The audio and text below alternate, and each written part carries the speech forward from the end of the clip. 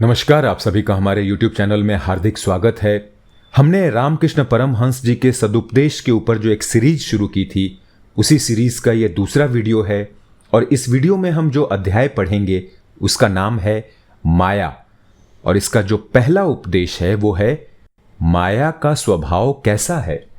जैसा जल की काई का, हाथ के द्वारा जल को हिलाने से काई हट जाती है और जल निर्मल दिखने लगता है, किंतु कुछ समय के बाद ही वो फिर छा जाती है। उसी प्रकार जब तक विचार करो, सत्संग करो, तब तक बुद्धि निर्मल रहती है, किंतु कुछ क्षण के उपरांत विषय वासनाएं आकर फिर उस पर आवरण फैला देती हैं। दूसरा उपदेश है सांप के मुख में विष रहता है, किंतु वो उसे स्वतः नहीं लगता, दूसरों को ही लगता है।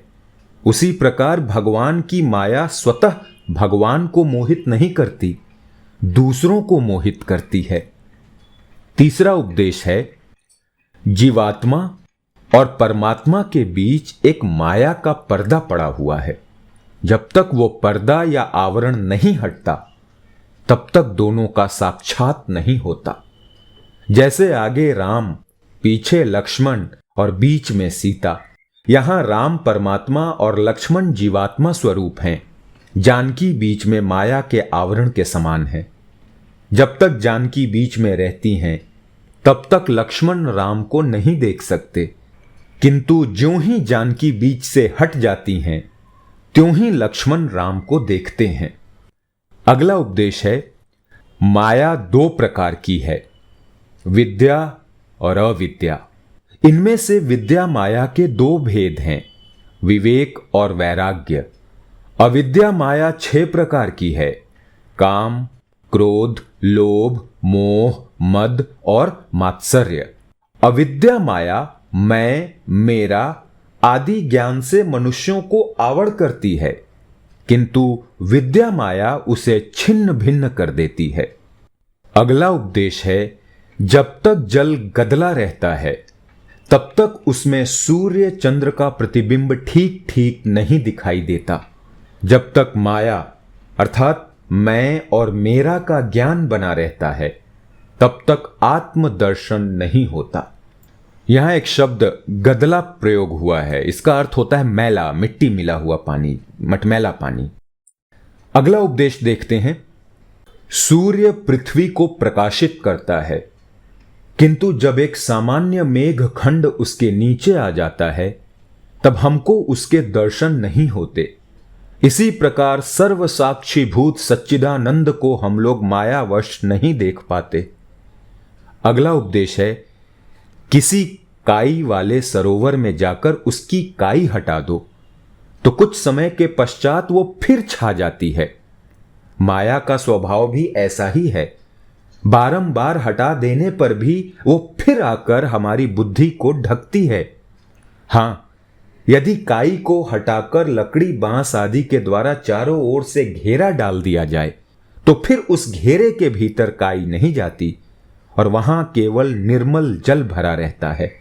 इसी प्रकार एक बार माया का आवरण हटाने पर यदि ज्ञान और भक्ति का घेरा डाल दिया जाए तो फिर माया उस घेरे के भीतर नहीं जा सकती। वहां केवल शुद्ध सच्चिदानंद का प्रकाश रहता है। अगला उपदेश है दक्षिणेश्वर के मंदिर में नौबत खाने पर एक साधु कुछ दिन ठहरा था।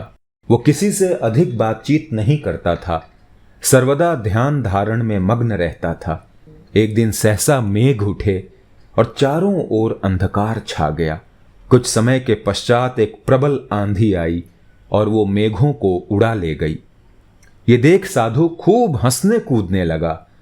साधु को हंसते कूदते देखकर परमहंस जी ने पूछा, तुम तो नित्य भीतर चुपचाप बैठे रहते हो, किंतु आज इस प्रकार आनंद में मग्न क्यों हो रहे हो? साधु ने उत्तर दिया, संसार की माया ही ऐसी है।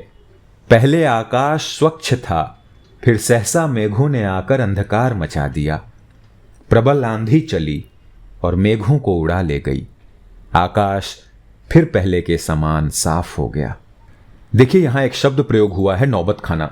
नौबत खाना उस जगह को कहते हैं जहां से नौबत नाम के वाद्य यंत्र को बजाया जाता है। जनरली ये किसी भी मंदिर या धार्मिक स्थल के मेन मुख्य द्वार के ऊपर एक छोटी सी जगह बनी होती है जहां वाद्य यंत्र रखे होते हैं, अन्य वाद्य यंत्र, और नौबत वहीं से बजाई जाती है। उसे नौबत खाना कहते हैं। थोड़े से वहां रहने की जगह भी होती है, यानी मेन गेट के जस्ट ऊपर की जगह। अगला अध्याय पढ़ेंगे, उसका नाम है अवतारी पुरुष। और इसमें जो पहला उपदेश है वो है, नदी में जब बड़े बड़े शहतीर बहते हैं तब उन पर कई आदमी मजे के साथ बैठ जाते हैं और पार लग जाते हैं, किंतु शुद्र लकड़ी पर एक कौवा भी आकर बैठ जाए तो वो तुरंत डूब जाती है। इसी प्रकार जब अवतारी पुरुष जन्म ग्रहण करते हैं तब उनके आश्रय से सहस्त्रों पुरुष तर जाते हैं। यहां पर भी एक शब्द है शहतीर। शहतीर का मतलब होता है लकड़ी का चीरा हुआ बहुत बड़ा लंबा लट्ठा, प्रायः जिसे इमारत में हम प्रयोग करते थे प्राचीन समय में बनाने के लिए, उसे शहतीर कहते हैं। अगला उपदेश है, जिस प्रकार रेल का इंजन स्वतः चलता है और माल से भरी हुई अनेक गाड़ियों को खींच ले जाता है, उसी प्रकार अवतारी पुरुष हजारों स्त्री पुरुषों को ईश्वर की ओर खींच ले जाते हैं। अगला उपदेश है, राम, कृष्ण, बुद्ध आदि सभी अवतारी मनुष्य थे। यदि मनुष्य न होते तो लोग उन पर अपनी धारणा न रख सकते। अगला अध्याय है जिसका नाम है जीवों की अवस्था में भेद। और इसके अंतर्गत जो पहला उपदेश उन्होंने दिया है वो है, गायें कई रंग की होती हैं, कोई काली, कोई लाल, कोई कबरी और कोई सफेद, किंतु उन सब में एक ही प्रकार का अर्थात सफेद दूध निकलता है। इसी प्रकार कोई भी मनुष्य देखने में सुंदर, कोई काला, कोई साधु, कोई असाधु दिखाई देता है, किंतु उन सब के भीतर एक ही ईश्वर का निवास है। दूसरा उपदेश है, सज्जन और दुर्जन हंस और जोंक के सदृश्य हैं। हंस दूध को पीता है और पानी को त्याग देता है, किंतु जोंक स्तन में लगने पर भी रक्त को पीती है और दूध को त्यागती है। कहने का मतलब यह है कि सज्जन गुणग्राही और दुर्जन दोषग्राही होते हैं। अगला उपदेश देखते हैं।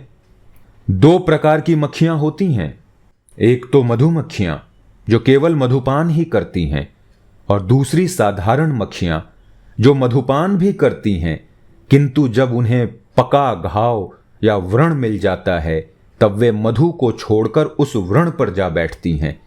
उसी प्रकार दो प्रकृति के मनुष्य होते हैं, एक तो ईश्वरानुरागी और दूसरे संसारासक्त। जो ईश्वरानुरागी हैं वे ईश्वर आराधना के सिवाय और कोई काम नहीं करते, और जो संसारासक्त हैं वे ईश्वर की आराधना तो करते हैं, किंतु जब उन्हें कामनी कंचन की सुधि आ जाती है तब वे हरि कीर्तन को छोड़कर उसी में मग्न हो जाते हैं। यहां पर एक शब्द व्रण है। व्रण का अर्थ वही घाव, पका हुआ घाव, गंदा घाव जो होता है उसे कहते हैं, जख्म को। अगला उपदेश है, बड़जीव न तो स्वतः ही हरि नाम सुनते हैं और न दूसरों को ही सुनने देते हैं। वे धर्म और धार्मिकों की निंदा करते हैं, और यदि कोई भजन पूजन करता है तो वे उसकी हंसी उड़ाते हैं।